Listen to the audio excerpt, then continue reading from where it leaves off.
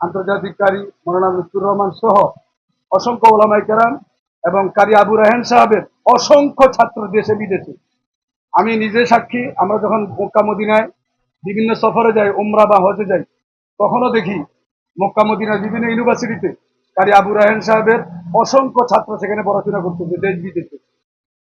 এরকম শ্রদ্ধেয় অত্যন্ত সম্মানিত একজন ব্যক্তির উপরে দেশে একটি গণতান্ত্রিক সরকার থাকার পরেও যেভাবে উনার উপর আক্রমণ হয়েছে, উনার একটি পা এটা ভালো হবে কিনা আমরা জানি না, চিকিৎসা চলতেছে।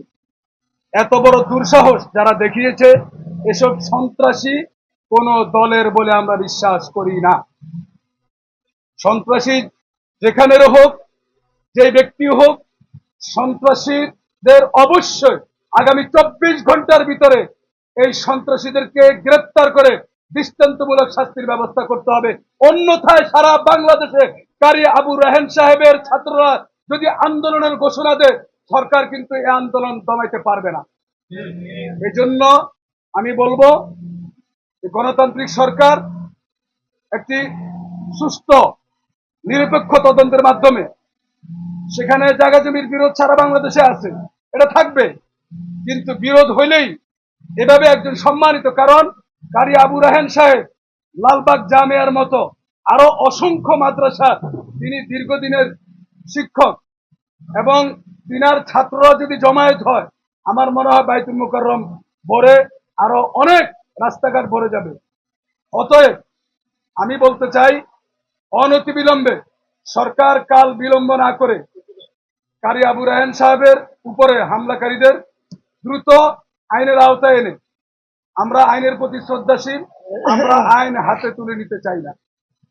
উনার ছাত্ররা অত্যন্ত সভ্য, উনি যেরকম ভদ্র, অত্যন্ত সুমার্জিত একজন সুশিক্ষায় শিক্ষিত, উনি আমাদেরকেও ওই সুশিক্ষায় শিক্ষিত করেছেন।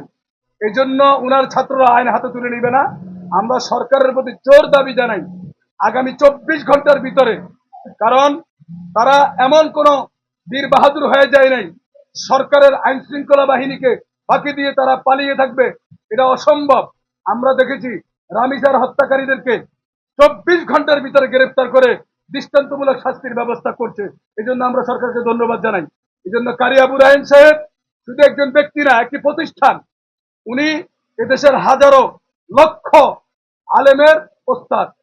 এই জন্য আমাদের দাবি হলো, কারি আবু রায়হান সাহেবের উপরে যারা হামলা করেছে তাদেরকে, যারা আমরা বিস্তারিত আমাদের লিখিত বক্তব্যের ভিতরে আমরা বলবো। এই জন্য আজকে যারা সাংবাদিক বন্ধুরা আসছেন, আপনাদেরকে আমরা মোবারকবাদ জানাই, ধন্যবাদ জানাই। এখনই আমাদের সামনে মূল বক্তব্য উপস্থাপন করবেন আন্তর্জাতিক কেরাত সংস্থার সম্মানিত